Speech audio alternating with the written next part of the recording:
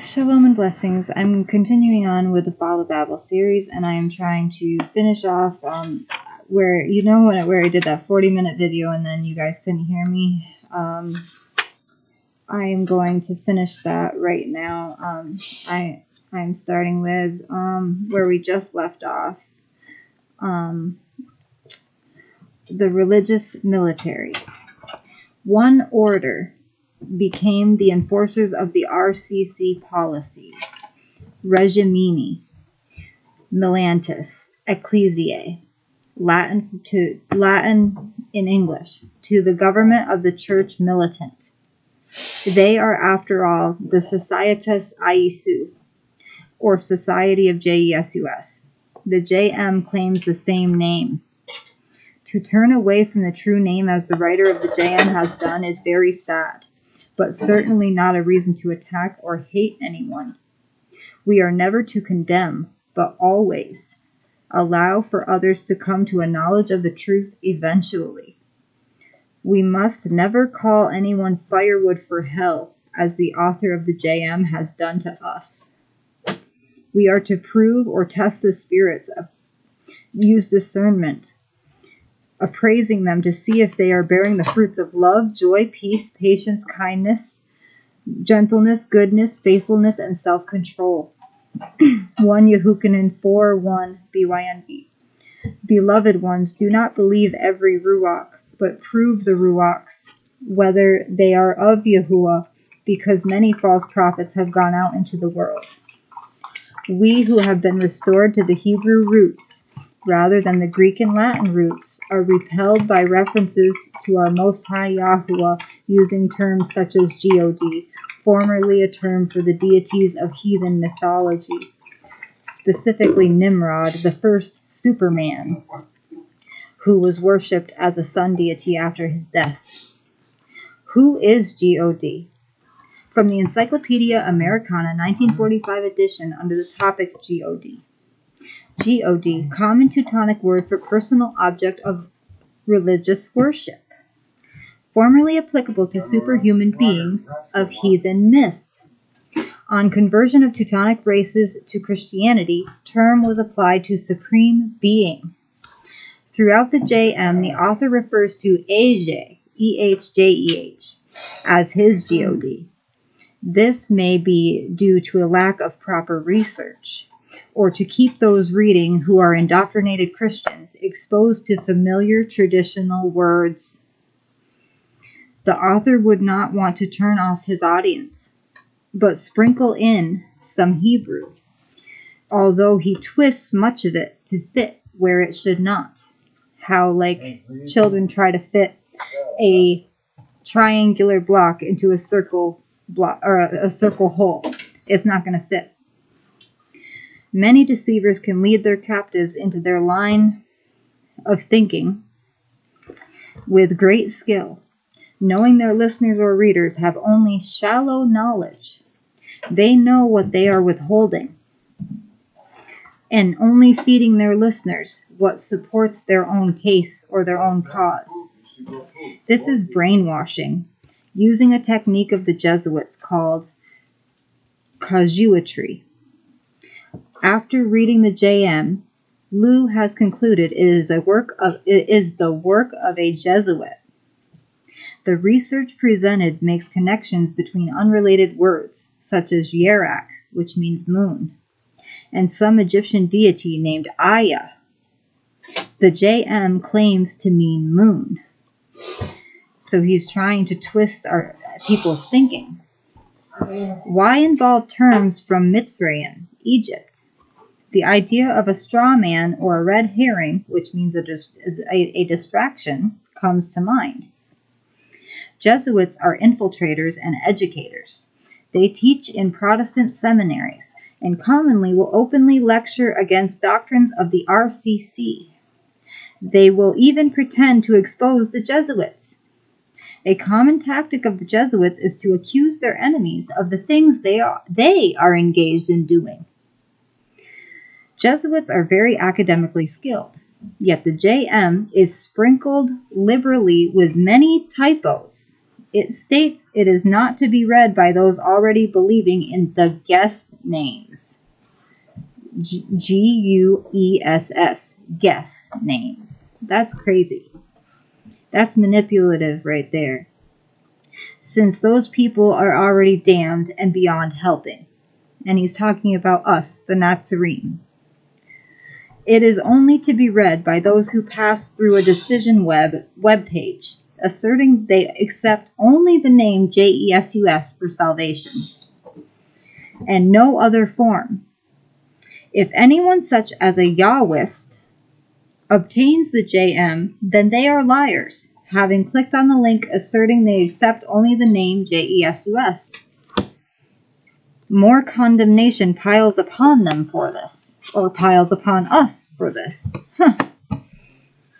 Lou was sent a printout of the text from a brother who had attended a fellowship where it was being handed out to everyone in attendance.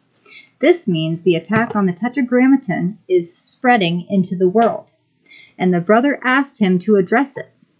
No one reading this is condemned or has the authority to condemn others. The truth needs no defense. At first it sounds ridiculous, then it's violently opposed. And finally, truth is accepted as being self-evident. Yahusha is near, and so is the anti-Mashiach, or the anti-Messiah.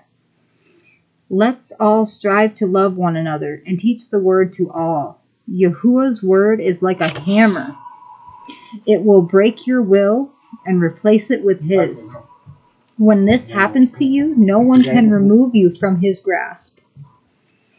You belong to him. Yield to him, and he will break your heart, and you'll be free of all men's teaching authorities. Love Yahuwah and obey his commandments. The Golden Rule. Yahusha HaMashiach said, "So in everything, do to others as you would have them do to you. For this sums up the Torah and the Nabim." Mattiyahu 7:12. A contemporary of Yahusha, Hillel the Elder, born 52 BCE, died 10 CE, said, "What is hateful to you, do not do to others. All the rest is commentary. Go and learn." Gamaliel, grandson of Hillel, teacher of Paul of Tarsus, a member of the Sanhedrin, defended the Nazarene from being stoned to death by the Nasi. It looks like Nazi. It's Nasi. It's just got one letter that's different. And the whole body of the Sanhedrin. His words are recorded in Acts 5.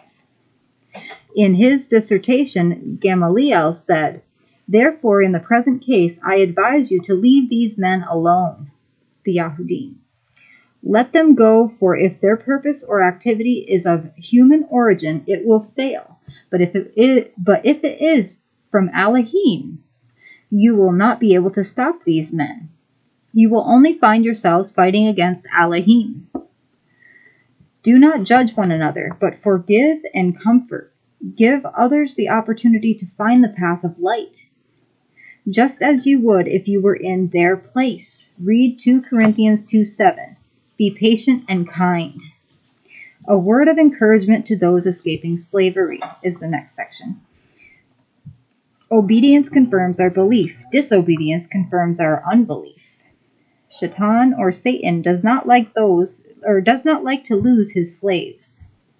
And we are the servants of the one we obey. Sin is a form of slavery. The yoke of slavery is lifted when we take on the light yoke of obeying Yahusha, and he carries us when we pledge ourselves to obey him. The first Passover was a great deliverance. 7 days later, the obedient were brought through water, and all night they were pursued by the dragon, or serpent king, and his army. Remember Pharaoh and his army perished, and Yasharal and many other mixed multitudes held captive were delivered by Yahuwah's strong arm of protection. The pestilence that stalks in darkness will not come near you, your tent. Stand still, quietly. Those seeking your life will never be seen again. Yahusha came to destroy the works of the devil. Yahusha did not come to destroy his commandments. We are servants of the one we obey. Romans 6:16. Paul's former way of life was rabbinic Judaism. This teaching authority placed human tradition and men's philosophies above obedience to Yahuwah's word. The one we obey is the one we are serving. We know man does not live by bread only, but by every word that proceeds from the mouth of Yahuwah, not false shepherds, chiefs, rabbis, gurus, or pastors. When we live by every word of Yahuwah and teach how to love, those false shepherds feel threatened and maliciously attack the obedient. Yahuwah says his people will know his name, Yashayahu, or Isaiah 52:6. Paul hunted the Nazarene for years because they were uttering the name of Yahuwah in the assemblies. The road to Damascus took the former man Shaul on a new mission. Yahusha put him on a mission to teach the name and made Paul take the Besorah to the Goyim, or the nations. Through great hardship, Paul was used by Yahusha to turn many people away from their former paganism. Lawless men do not understand Paul's letters, but twist them. Galatians 1:9-14. As we have said before, and now I say again, if anyone brings a Besorah to you beside what you have received, let him be accursed. For do I now persuade men or Yahuwah? Do we persuade men, or does Yahuwah? Or do I seek to please men? No. For if I pleased men, I should not be a servant of Mashiach. And I make known to you, brothers, that the Besorah announced by me is not according to man, for I did not receive it from man, nor was I taught it, but through a revelation of Yahusha Mashiach. For you have heard of my former way of life in Yehudaism, how intensely I persecuted the assembly of Yahuwah and ravaged it. And I progressed in Yahudim piety beyond many of my age in my race, being more exceedingly ardent for the traditions of my fathers. Serving traditions of men makes us friends with men and lends support to their lawless behavior. Doing the word of Yahuwah brings us out of darkness and into the light.